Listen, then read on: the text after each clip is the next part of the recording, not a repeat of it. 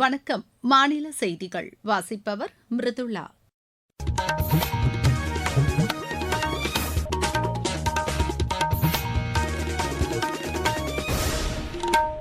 தலைப்புச் செய்திகள். யோகக்கலை மனித குலத்திற்கு இந்தியா வழங்கிய விலைமதிப்பில்லாத பரிசு என்று பிரதமர் திரு நரேந்திர மோடி பெருமிதம் தெரிவித்துள்ளார். நாட்டின் வளர்ச்சிக்கும் சமூகத்தின் முன்னேற்றத்திற்கும் கல்வி அடித்தளமாக உள்ளது என்று மாநில அமைச்சர் திரு ராஜ்குமார் கூறியுள்ளார். திருப்பரங்குன்றம் விவகாரத்தில் தனது நிலைப்பாட்டை தமிழக அரசு தெரிவிக்க வேண்டும் என்று பிஜேபி மாநில தலைவர் திரு நைனா நாகேந்திரன் வலியுறுத்தியுள்ளார். தென்மேற்கு பருவமழை காரணமாக தமிழகத்தின் ஓரிரு இடங்களில் அடுத்த 2 நாட்களுக்கு கனமழைக்கு வாய்ப்புள்ளதாக வானிலை ஆய்வு மையம் தெரிவித்துள்ளது. உலான்பட்டர் ஓபன் மல்யுத்த சாம்பியன் போட்டியில் இந்தியா 2 தங்கப்பதக்கம் வென்றுள்ளது. இனி விரிவான செய்திகள். யோகக்கலை மனித குலத்திற்கு இந்தியா வழங்கிய விலைமதிப்பில்லாத பரிசு என்று பிரதமர் திரு நரேந்திர மோடி பெருமிதம் தெரிவித்துள்ளார். குஜராத் மாநிலம் அகமதாபாத்தில் உலக யோகாசன சாம்பியன் போட்டியை காணொலி மூலம் தொடங்கி வைத்த அவர் உரையாற்றினார். இந்த போட்டி உலக விளையாட்டுகளின் அடையாளமாக உருவெடுக்கும் என்று அவர் நம்பிக்கை தெரிவித்தார்.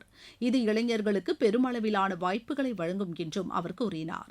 யோகாசன போட்டிகளை உலக அளவில் விரிவுபடுத்துவதன் மூலம் தடகள வீரர்களுக்கு புதிய வாய்ப்புகளை உருவாக்கும் என்று அவர் தெரிவித்தார். இதன் மூலம் யோகாசன பயிற்சியாளர்கள், விளையாட்டு அறிஞர்கள், ஆராய்ச்சியாளர்கள் மற்றும் நிகழ்ச்சி மேலாளர்களுக்கு வாய்ப்புகளையும் வழங்கிடும் என்று அவர் கூறினார். சுகாதாரமான வாழ்வியல் முறைக்கு நீண்டகால தேர்வாக யோகக்கலை சிறந்த தேர்வாக அமையும் என்று பிரதமர் குறிப்பிட்டார். யோகாசன பயிற்சி மனம், உடல் ஆகியவற்றிற்கு புத்துணர்வு அளிப்பதுடன் உலக நல்லிணக்கத்திற்கு உத்வேகம் அளிப்பதாகவும் உள்ளது என்று அவர் கூறினார். அனைத்து நோய்களுக்குமான சிறந்த தீர்வாக யோகக்கலை திகழும் என்பதை வலியுறுத்தும் வகையில் யோகா 365 பிரச்சாரத்தை மத்திய ஆயுஷ் அமைச்சகம் தொடங்கியுள்ளதை அவர் சுட்டிக்காட்டினார்.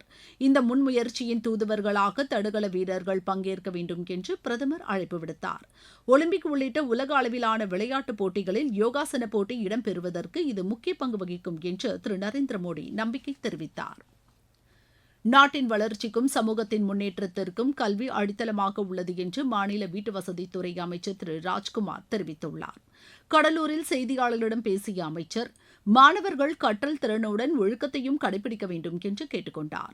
ஆசிரியர்களின் வழிகாட்டுதலுடன் பிற துறைகளிலும் மாணவர்கள் தங்களது திறனை வளர்த்துக் கொள்ள வேண்டும் என்று வலியுறுத்தினார். மாணவர்களின் கல்விக்கு பொருளாதாரம் தடையாக இருக்கக்கூடாது என்பதை கருத்தில் கொண்டு பாடப்புத்தகங்கள், சீருடைகள் உள்ளிட்ட கல்விக்கான உபகரணங்கள் வழங்கப்பட்டு வருவதாக அவர் கூறினார். முன்னதாக மாவட்டத்தில் உள்ள அரசு மற்றும் அரசு உதவி பெறும் பள்ளிகளில் மாணவ மாணவியருக்கு பாடப்புத்தகங்கள், கல்வி உபகரணங்கள், சீருடைகள் வழங்கும் பணியை திரு ராஜ்குமார் தொடங்கி வைத்தார். திருப்பரங்குன்றம் விவகாரத்தில் தனது நிலைப்பாட்டை தமிழக அரசு தெரிவிக்க வேண்டும் என்று பிஜேபி மாநில தலைவர் திரு நைனா நாகேந்திரன் வலியுறுத்தியுள்ளார். இது தொடர்பாக சமூக வலைதளத்தில் அவர் வெளியிட்டுள்ள பதிவில், அனைத்து மக்களுக்குமான அரசாக தவிக செயல்பட வேண்டும் என்பது மக்களின் எதிர்பார்ப்பாக உள்ளது என்று குறிப்பிட்டுள்ளார். போலி மதசார்பின்மையை தவிர்த்து தமிழர் பண்பாட்டை பாதுகாப்பதற்கு மாநில அரசு முன்வர வேண்டும் என்று திரு நைனா நாகேந்திரன் கேட்டுக் கொண்டுள்ளார். நீங்கள் கேட்டுக்கொண்டிருப்பது மாநில செய்தி அறிக்கை.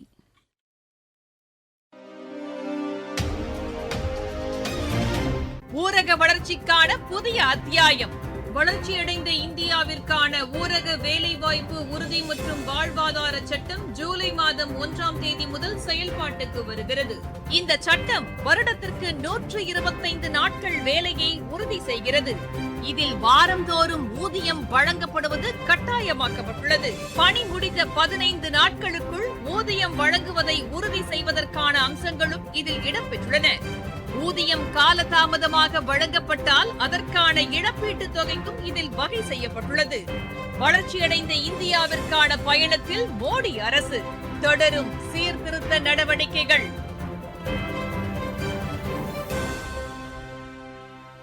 உலக சுற்றுச்சூழல் தினம் இன்று கடைபிடிக்கப்படுகிறது.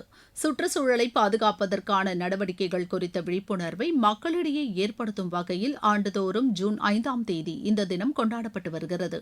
இத்தினத்தையொட்டி நாடு முழுவதும் பல்வேறு நிகழ்ச்சிகளுக்கு ஏற்பாடுகள் செய்யப்பட்டுள்ளன. சேலம் மாவட்டத்தில் சுற்றுச்சூழல் மன்றம் வாயிலாக 50,000 விதைப்பந்துகளை மாணவர்கள் உருவாக்கியுள்ளதாக பேராசிரியர் பிருந்தாதேவி எமது செய்தியாளரிடம் தெரிவித்தார். என் பெயர் பிருந்தாதேவி. நாங்கள் எங்கள் என்வாமெண்டல் டேக்காக இனிஷியேட்டிவ் எடுத்திருக்கோம், மரக்கன்றுகள் நடுறதுக்காக. நாங்கள் எங்கள் என்வாமெண்டல் ஸ்டூடெண்ட்ஸ் கிளப் மூலமாக இந்த ஒரு வருஷத்தில் ஒரு 50,000 விதைப்பந்துகளை தயாரித்து சிதர்கோயிலில் இருக்கிற நர்சரி கார்டனில் ஃபாரஸ்ட் டிபார்ட்மெண்ட்டில் ஹேண்ட் ஓவர் பண்ணியிருக்கோம். குருவம்பட்டி ஜூவில் இருக்க ஃபாரஸ்ட் டிபார்ட்மெண்ட்டுக்கு கொடுத்துருக்கோம். ஸோ அது மூலமாக அவங்க ஒரு சீட்லிங்கை ரெடி பண்ணி ஒரு ட்ரீ ஸ்பீஷஸை க்ரியேட் பண்ணுறாங்க. திரும்பவும் அது மரமாகி நிறைய பறவைகளுக்கு அது ஒரு வாழ்விடமாக இருக்குதுங்கிறத நாங்கள் நம்புகிறோம். ஸோ ஒரு பறவை தன்னோட வாழ்நாளில் 10,000 மரங்களை உருவாக்குதுங்கிறப்ப நம்ம மனிதர்களாக முடியாதா அப்படிங்கிற ஒரு சிறு முயற்சி தான் எங்கள் என்வாமெண்டல் ஸ்டூடெண்ட்ஸ் கிளப் மூலமாக நாங்கள் பண்ணிகிட்ருக்கோம். கடும் வெப்பத்தை குறைப்பதற்காக அனைவரும் மரக்கன்றுகளை நட முன்வர வேண்டும் என்று அம்மாவட்டத்தை சேர்ந்த மாணவர் ஒருவர் தெரிவித்தார். என்னுடைய பேர் பபீத். எனக்கு செடி மரங்கள்லாம் ரொம்ப பிடிக்கும். அதனால என்னோடய ஒவ்வொரு பர்த்டேக்குமே நான் 100 இல்லை 100+ மேலே நான் செடி வச்சு அதை நல்லா க்ரோ பண்ணுவேன். முடிஞ்ச அளவுக்கு அதை அலைவாக வச்சுக்க நான் பார்ப்பேன். இப்போது இருக்க டெம்பரேச்சர் ரொம்ப அதிகமாகுது, நமக்கு ஹீட் இஷ்யூலாம். இதனால நமக்கு காம்ப்ளிகேஷன் அதிகமாகுது. ஸோ இதில் நம்ம ப்ரிவென்ட் பண்ணிக்கிறதுக்காக ஆளுக்கு ஒரு 2 மரம் மட்டும் வச்சு அதை 2 மரத்தையும் நல்லா க்ரோ பண்ணாவே போதுமானது. கிளைமேட் சேஞ்சஸ் அப்புறம் இர்ரெகுலர் சேஞ்சஸ் எல்லாத்தையுமே நம்ம ப்ரிவென்ட் பண்ணிக்கலாம்.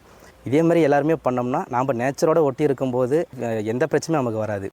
மாணவர்களுக்கு இலவச லேப்டாப் வழங்குவதற்கான விண்ணப்பங்களை மத்திய அரசு பெற்று வருவதாக சமூக ஊடகங்களில் பரவி வரும் செய்திகள் தவறானவை என்று மத்திய அரசு தெரிவித்துள்ளது.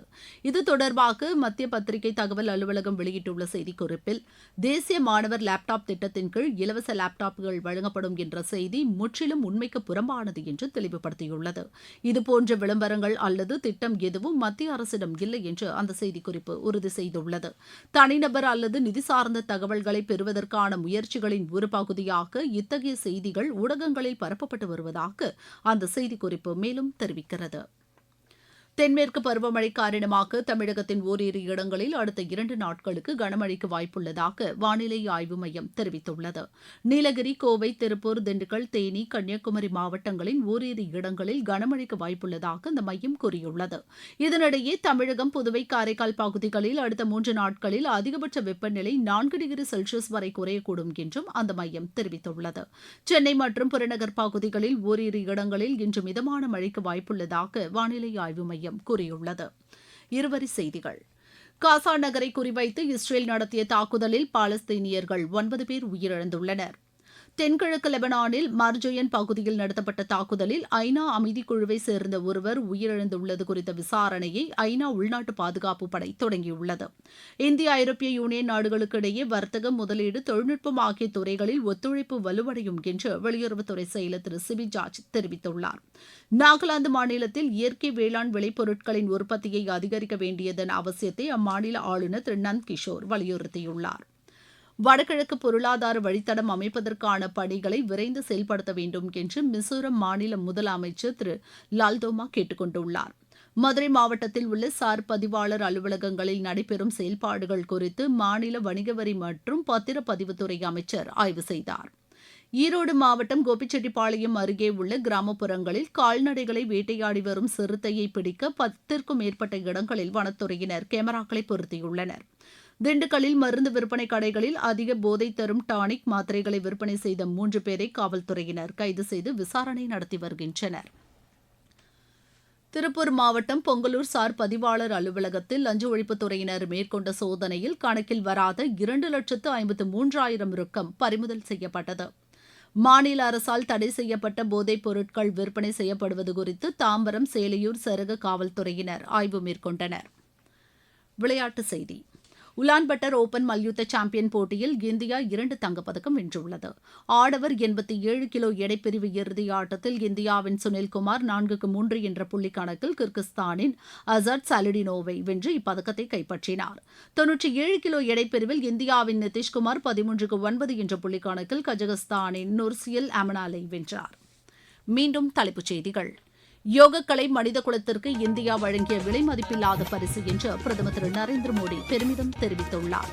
நாட்டின் வளர்ச்சிக்கும் சமூகத்தின் முன்னேற்றத்திற்கும் கல்வி அடித்தளமாக உள்ளது என்று மாநில அமைச்சர் திரு ராஜ்குமார் கூறியுள்ளார்.